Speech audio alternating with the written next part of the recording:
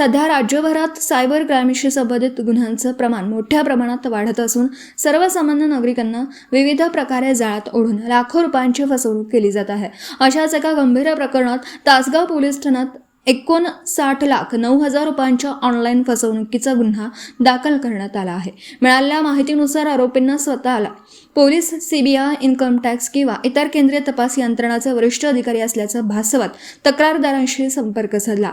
आरोपींनी WhatsApp प्रोफाईलवर police अधिकाऱ्यांचे photo ठेवून विश्वास संपादन केला, तसंच व्हिडिओ कॉलद्वारे अटक करण्याची धमकी देत तक्रारदारांची आर्थिक फसवणूक केली।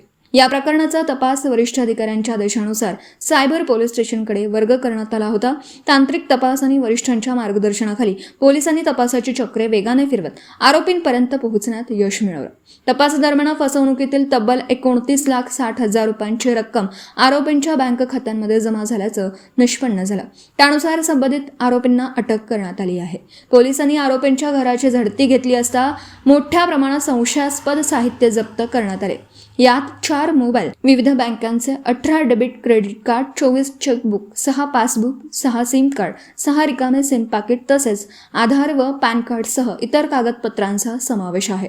जप्त मुद्देमाल संख्या: mobile 4, debit credit card 18, mobile SIM 6, रिकामे सिम पॅकेट 6, विविध बँकांचे पासबुक 6, विविध बँकांचे चेकबुक 24। पोलिसांकडून आरोपींकडे अधिक तपास सुरू असून या प्रकरणात आणखी काही धागेदोरे समोर येण्याची शक्यता व्यक्त केली जात आहे।